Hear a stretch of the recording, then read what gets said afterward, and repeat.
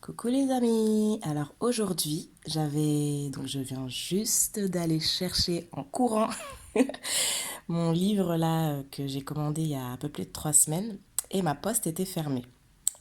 Parenthèse fermée. Du coup, j'avais envie juste de découvrir le livre avec vous parce que je n'ai pas encore regardé. Du moins, j'ai lu la partie sommaire et une première page, l'intro.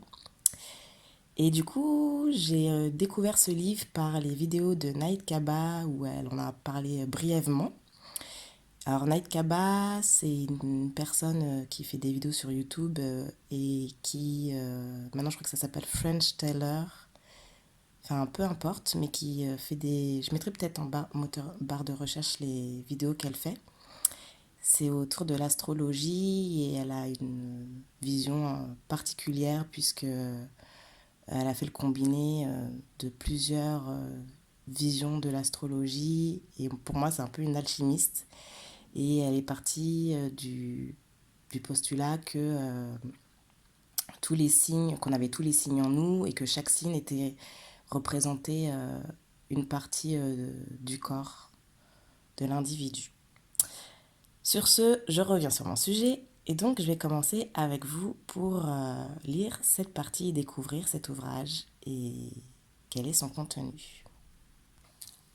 Alors, dans le sommaire, en fait, on a les archétypes, le nouvel infranet, votre cheminement personnel, l'aidante, l'artiste créatrice, l'athlète, la branchée, la chercheuse spirituelle, l'intellectuelle, la militante, la rebelle, la reine dirigeante, la visionnaire et la liste des archétypes. Bon, après, remerciements, blablabla, blablabla. Alors, je vais lire avec vous l'introduction. J'ai passé les premières pages. Je pense depuis longtemps que nous ne pouvons pas savoir qui nous sommes réellement, à moins de comprendre les archétypes, et plus précisément nos archétypes personnels, car ils représentent les lunettes psychiques à travers lesquelles nous nous voyons et nous observons le monde qui nous entoure.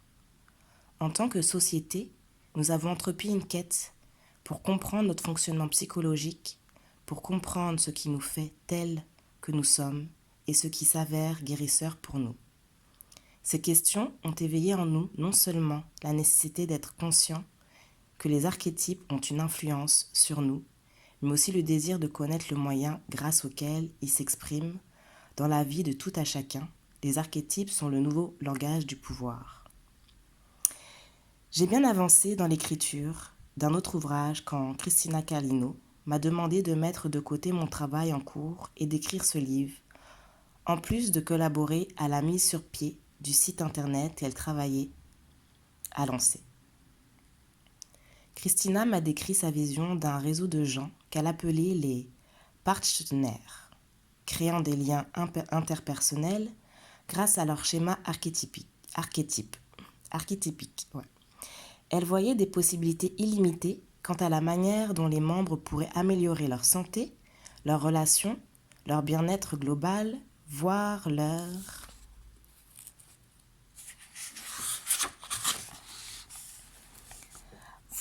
univers tout entier en réussissant à saisir l'essence véritable de leur personnalité. Je n'ai pas hésité à accepter sa proposition car je savais que mettre ce matériel à la portée d'un auditoire plus vaste aurait un effet transformateur. Ensemble, archétype, qui êtes-vous? Et le site internet www.archetypeme.com. Voilà, si ça vous dit, vous pourrez aller voir. Ce site propose un véhicule interactif qui vous permet d'entrer en contact avec le pouvoir de vos archétypes et de vous servir de leur magnétisme afin qu'ils vous aident à vous ouvrir à l'expression complète de votre vie. Je vais y aller moi aussi. Alors, le moment est venu pour notre société de faire un saut quantique sur le plan de l'éveil et de reconnaître le rôle central de l'intuition. Les archétypes sont le vocabulaire de l'intuition. Et plus nous les connaîtrons, plus nous vibrerons clairement en harmonie avec notre intuition. Les archétypes nous parlent dans un langage fait de mythes et de symboles. J'adore tout ce qui est symbolisme et archétypal. Ça me passionne. Alors, ce langage est parfaitement adapté à une société qui utilise avec aisance les codes de haute technologie, la messagerie instantanée et le jargon de Twitter. La seule différence est que les archétypes viennent de notre intelligence cosmique et non de notre avancement technologique. En revanche, il était inévitable que notre intellect rationnel découvre un jour un moyen d'entrer en contact avec notre intelligence intuitive, ce qu'il fait au moyen des archétypes. Les archétypes sont les clés de notre pouvoir personnel, et j'ai été témoin de changements radicaux chez ceux et celles qui s'éveillent à ce pouvoir. Je les ai vus plus d'une fois en arriver à comprendre que leur besoin de solitude n'était pas motivé par un caractère antisocial, mais bien par l'incarnation de l'archétype de l'ermite, lequel les incite à rechercher le silence et la solitude pour nourrir leur esprit. J'en ai vu d'autres découvrir qu'ils aiment passionnément être dans la nature, non parce qu'ils veulent sortir de la ville, mais parce qu'ils s'identifient à l'enfant naturel, expression archétypique de l'âme du monde naturel. Oh, ça a l'air trop bien. En découvrant quel archétype guide votre vie, vous entrez au cœur de votre être, et ce peut être pour la première fois. C'est comme si vous enfiliez enfin les vêtements de votre destin. Oups. Même si je crois fermement que le langage des archétypes est en voie de devenir notre prochain nouveau langage, je pense qu'il l'est déjà en réalité, j'ai traversé une période récemment où je n'en étais pas si certaine. Le jour où j'ai donné ma première conférence sur le sujet, j'étais inquiète à l'idée que je ne serais peut-être pas capable de communiquer clairement que les archétypes sont des schémas universels de pouvoir qui naissent de nos mythes et de nos croyances, et que ces mythes et ces croyances entrelacent à leur tour de façon invisible leur influence à nos points de vue sur tous les aspects de nos vies. J'hésitais doublement à parler parce que je savais que le domaine des archétypes s'accompagne de son propre vocabulaire, associé au royaume intime de la psyché. Pour notre société rationnelle, logique et scientifique, l'information qui est présente comme influente mais invisible n'a d'ordinaire aucune chance d'acquérir beaucoup de crédibilité.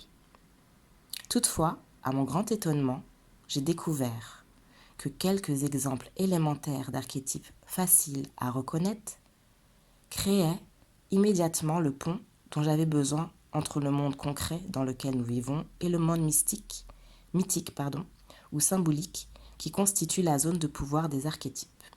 J'ai demandé ce qui suit aux femmes dans l'auditoire. Combien parmi vous ont toujours su qu'elles auraient des enfants ?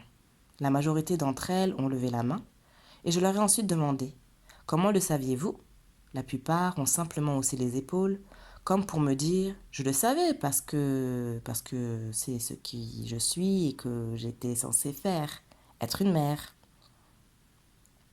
J'ai demandé ensuite à l'ensemble de l'assistance, hommes et femmes, combien parmi vous sont des aventuriers dans l'âme ? Plusieurs hommes ont levé la main, ainsi que quelques femmes, et parmi vous, combien se considéraient comme des guerriers ? Ai-je demandé. D'autres hommes ont levé la main. J'étais interloquée, car j'avais toujours cru que cette histoire de guerrier victorieux était plus un fantasme féminin que masculin. Or, j'ai compris ce jour-là que bien des hommes sont d'avis qu'il est sexy de s'imaginer en guerrier du monde moderne, en membre des forces spéciales de la marine. Quand j'en suis arrivée à aborder les archétypes du guérisseur et de l'ermite, les participants ne posaient plus de questions sur les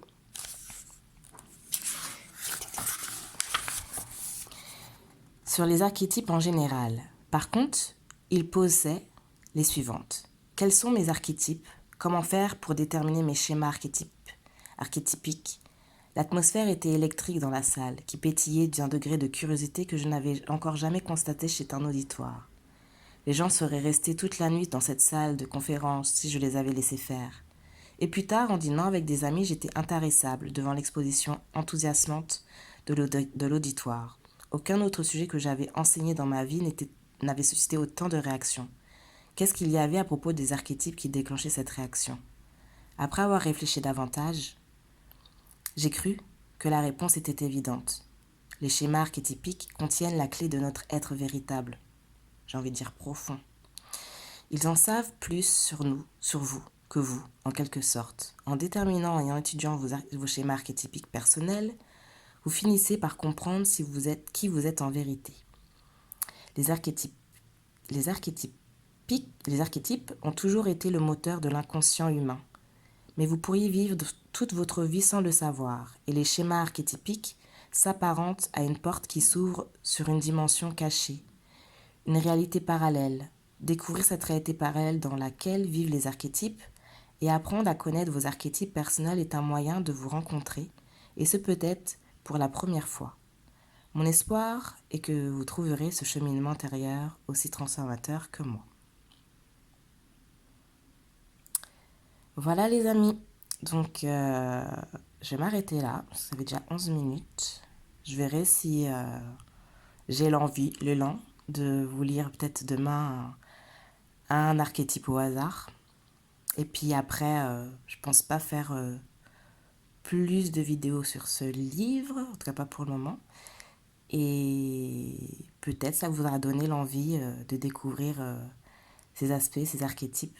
Et moi, ce qui me passionne, c'est que selon mon regard, c'est que toute la sphère des archétypes, donc tout ce qui est du domaine du symbolisme, des symboles, pour moi, c'est clairement le langage de notre inconscient.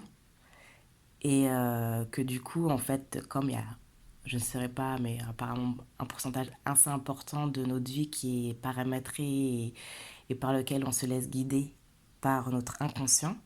Et donc, c'est le langage qui nous permet de nous rencontrer plus profondément, selon moi. Donc voilà, j'entreprends ce voyage et j'avais envie de le partager avec vous. Bisous!